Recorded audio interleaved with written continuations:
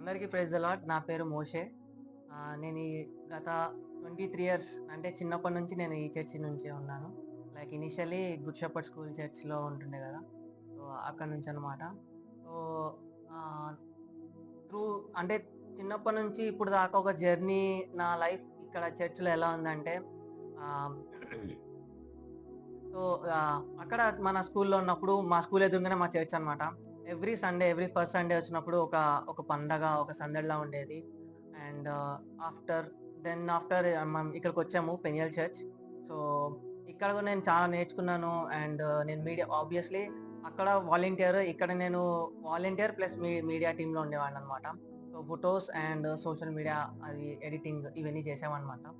So, నేను baptism తీసుకోకముందు అంటే నా లైఫ్ ఎలా ఉండేదంటే ఆహ్, అంటే కొన్నిటికి అకౌంటబుల్ ఉండేవాడిని గాదనమాట. అంటే లైక్ టైంకి ఏది జేసేవాడిని గాదు. అంటే లైక్ ఒకళ్ళు ఫాలో అప్ జేసి చెప్పేదాకా నేను చెప్పేవాడిని గాదు. అంటే చేసేవాడిని గాదు.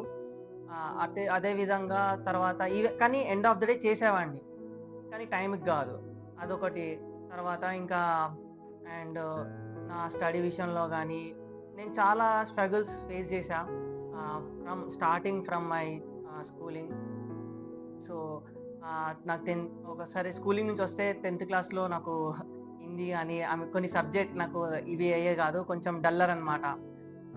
తర్వాత 10థ్ పాస్ అయ్యాను. ఒక దేవుడి కృప వల్ల.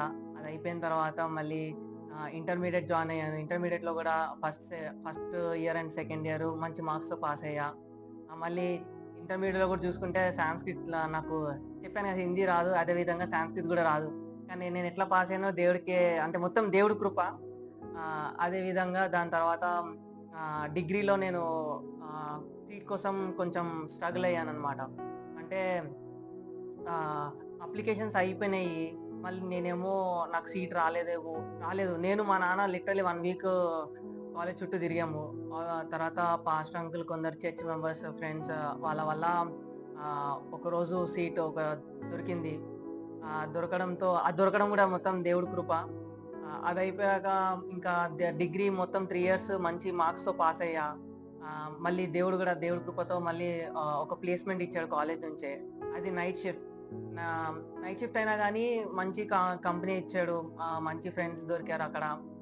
అది గూడా సో, ఈ జర్నీలో ఇక్కడ దాకా నన్ను తీసుకొచ్చాడంటే కేవలం దేవుని కృప. మళ్ళీ ఇక్కడి నుంచి నేను జాబ్ చేస్తున్న టైంలో నేను ఇంకా ఇద్దరు ఫ్రెండ్స్ ఎవరైతే నాతో పాటు ప్లేస్‌మెంట్ వచ్చిందో సేమ్ కంపెనీ, సేమ్ ఒకటే ప్రాసెస్‌కి. సో, ముగ్గురం అనుకున్నాము ఆస్ట్రేలియాకెళ్దామని. కానీ ఏమైందంటే ఆహ్, నా నా విషయంలో వచ్చేసరికి నేను 2 టైమ్స్ రాసాను ఎగ్జామ్. కానీ అది అవ్వలేదు. ఆఫ్టర్ వాళ్ళు గూడా అవ్వలేదు. ఎందుకంటే ఒకతనికేమో ఫైనాన్షియల్‌గా ఆగిపోయింది. ఇంకొకతనికేమో సేమ్ ఎగ్జామ్ గూడా అతనికి గూడా అవ్వలేదు. సో, తర్వాత నాకవ్వలేదు. అది అవ్వలేదని జెప్పేసి నేను యూకేకి ట్రై జేస్తున్నప్పుడు అట్ ద సేమ్ టైమ్ మా అన్న గూడా ఫ్రాన్స్‌కి ట్రై జేస్తున్నాడు. సో, మా అన్నకి వీసా వచ్చేసింది. ఆ వీసా బ్యాంక్ లోన్ ఎవరికైనా ఒక్కళ్ళకే వస్తదని జెప్పేసరికి నేను డ్రాప్ అయిపోయా. మా అన్నయ్య వీసా వచ్చింది. మా అన్నయ్య వెళ్ళిపోయాడు. ఇంకా నా విషయం వచ్చేసరికి నేనింకా మా నాన్న వెంటనే వేరే జాబ్ జూసుకోమనంగానే ఒక 13 డేస్‌లో మళ్ళీ వేరే దానికి షిఫ్ట్ అయిపోయా. మళ్ళీ దేవుడి కృప వల్ల నాకు ఓ మంచి కంపెనీ వచ్చింది. ఆహ్, ఆ కంపెనీలో జేశా. ఆ కంపెనీ అసలొస్తదని నేను ఎక్స్‌పెక్ట్ జేయలేదు గానీ అందులో వచ్చింది. అందులో గూడా కొత్త ఫ్రెండ్స్ తరిగం నాకు మీట్ అయ్యారు. ఆహ్, తర్వాత మళ్ళీ ఈ కంపెనీ జాయిన్ అయిన తర్వాత ఎలా అయినా సరే అబ్రాడ్ ప్లాన్ ఉంది గాబట్టి నేను మళ్ళీ రీసెర్చ్ జేసిన తర్వాత మళ్ళీ ఐర్లాండ్ అనుకున్నాను. ఐర్లాండ్‌లో గూడా మళ్ళీ ఇక్కడి నుంచి ఈ జర్నీలో గూడా కొన్ని స్ట్రగుల్స్ ఫేస్ అయ్యాను నేను. ఆహ్, జ అక్కడ ఫస్ట్ ఈ ప్రాసెస్‌లో ఎగ్జామ్ రాయాలి. ఎగ్జామ్ ఫస్ట్ అటెంప్ట్‌లో ఫెయిల్ అయింది. తర్వాత మళ్ళీ నేను ట్రై జేసి చేయగా సెకండ్ అటెంప్ట్‌కి నేను మంచి అంటే కాలేజీకి కావాల్సిన మార్క్స్‌తో నేను పాస్ అయ్యాను. పాస్ అయిన తర్వాత మళ్ళీ ఫుల్ ఆఫర్ లెటర్ వచ్చింది. లెటర్ వచ్చిన తర్వాత లోన్ కోసం చూస్తున్నప్పుడు ఇనీషియల్‌గా మళ్ళీ లోన్ ఒకటి రిజెక్ట్ అయింది.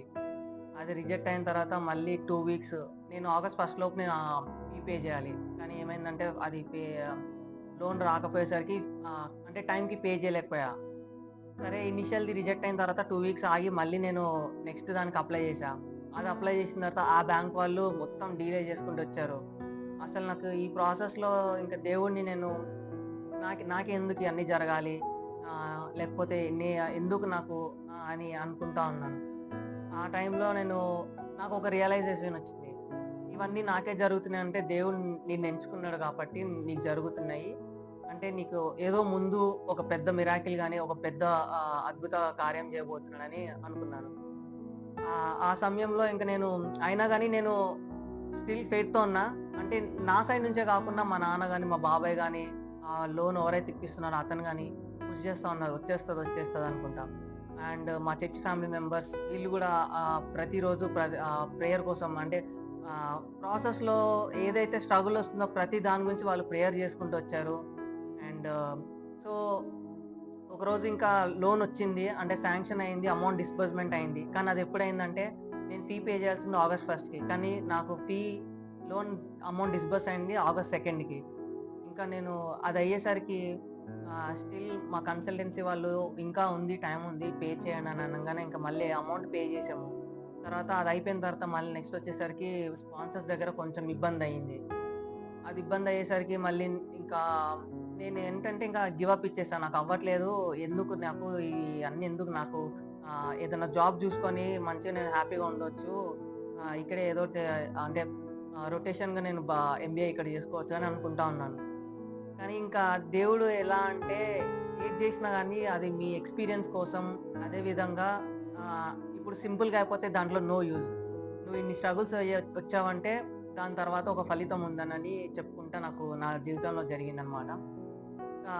ఎండ్ ఆఫ్ ద డే నేను వీసా డ్రాప్ జేశాను. లేట్‌గా డ్రాప్ జేశాను. అందరికంటే లాస్ట్ డ్రాప్ జేశాను. మా కన్సల్టెన్సీలో గూడా చివరి అతనంటే నేనే. ఇక డ్రాప్ జేసిన తర్వాత ఆగస్ట్ 19 నేను డ్రాప్ జేసిన తర్వాత ఆహ్, 40 డేస్ తీసుకుంటది నార్మల్‌గా అయితే. సో, 40 డేస్, 30 డేస్ తీసుకుంటది. నేను లాస్ట్ డ్రాప్ జేయడం వల్ల ఫస్ట్ నా ముంగటున్న వాళ్ళదవ్వాలి. ఆళ్ళదయిపోయిన తర్వాత నా దానికొస్తదని అనుకుంటా ఉన్నా. ఇంకా ప్రతిరోజు ఇంకా ఈ జర్నీలో నేను కొంచెం దేవుడికి చాలా కనెక్ట్ అయ్యాను. అంటే ముందుగా ఎలా ఉండేదంటే ఆహ్, నైట్ షిఫ్ట్స్ వల్ల నేను ప్రేయర్ చేసుకునేవాడిని. అంటే టైం దొరికేది కాదు. ఎందుకంటే నైట్ షిఫ్ట్. నైట్ పనంతా చేసి మార్నింగ్ వచ్చి పడుకునేవాడిని. సో, దానివల్ల నాకు దేవుడి దగ్గర టైమ్ స్పెండ్ చేసేయడానికి టైం లేకపోతుండే. ఇంకా ఆహ్, ఈ ప్రాసెస్‌లో ఎవ్రీడే ఖాళీగుంటుండే. మార్నింగ్ లేట్‌గా లేచేవాడిని. ఇంకా నేను ప్రేయర్ చేసుకోవడం, తర్వాత బైబిల్ చదువుకోవడం అనేది జరిగింది. బైబిల్ అర్థమవుతుంది. ప్రేయర్ చేసుకునేవాడిని. ఎట్లా అంటే ఒక ఫ్రెండ్‌తో మనం రియల్ పర్సన్‌తో ఎట్లా మాట్లాడతామో, అదే విధంగా దేవుడితో అట్లా మాట్లాడేవాడినన్నమాట. ఇంకా అదయిపోయిన తర్వాత ఇంకా వీసా ప్రతిరోజు నేను లేచి ప్రార్థన చేసుకొని, బైబిల్ చదువుకొని లిస్ట్ చూస్తా ఉన్నా. లిస్ట్‌లో లేదు. ఆబ్వియస్‌లీ అప్పుడే రాదు. కానీ ఈవెన్ దో నేను చెక్ చేస్తా ఉన్నా. సో, 14 డేస్ అంటే వర్కింగ్ డేస్ కౌంట్ చేస్తే 14 డేస్‌కి నాకు మొన్న సెప్టెంబర్ 5థ్‌కి నాకు వీసా వచ్చింది. ఆహ్, ఇంకా యాక్చువల్లీ చెప్పాలంటే వేరే వాళ్ళు జులై జులై మంత్, జూన్ మంత్‌లో అప్లై చేసిన వాళ్ళకి ఇంకా రాలేదు. వాళ్ళు ఇంకా వెయిట్ చేస్తున్నారు. అటువంటిది ఆహ్, సంఘం మా చర్చ్ మెంబర్స్ ప్రేయర్ చేయడం వల్ల, తర్వాత ఎర్లీ మార్నింగ్ ప్రేయర్స్‌లో నన్ను గుర్తుపెట్టుకొని అంటే అబ్రాడ్‌కి ఎవరైతే ప్రయత్నిస్తున్నారో మన చర్చ్ నుంచి అది అలా ప్రేయర్ చేయడం వల్ల, మీ ప్రేయర్స్ వల్ల నాకు ఒక అద్భుత కార్యం జరిగింది. సో, నేను వీసా అంటే ఆ లిస్ట్‌లో చెక్ చేసినప్పుడు నేను నమ్మలేదు. ఎందుకని అప్పుడు అంటే లేచిన వెంటనే చూసా.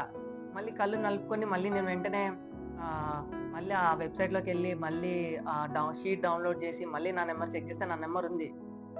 అప్పటికి ఒక సంతోషం ఉంది.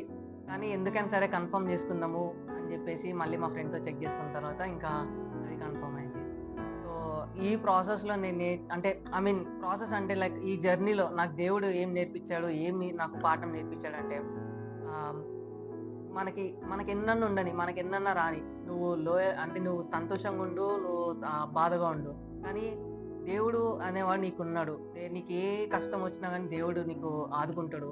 అదే సేమ్ టైమ్ నీకు ఫెయిత్ ఉండాలి. నీకు నమ్మకం లేనిది అది జరగదు. నువ్వు నమ్మకం లేకుండా నాకు వస్తది అంటే అది అవ్వదు. దేవుడికి ప్రార్థన చేసి నమ్మకంతో దేవుడికి మనం ఎంత కనెక్ట్ అయి ఉంటే మనకి అనే విధంగానే ఫలితం దొరుకుతుంది. సో, అదే విధంగా నాకు నేర్చుకున్నాను. So, thank you for your prayers and నన్ను గుర్తుపెట్టుకోండి. అండ్ నా పేరు మోషే అండ్ మా అన్న పేరు మనష్షే. మా అమ్మ, నాన్న పేరు దేవదాస్, రమ. I mean Esther.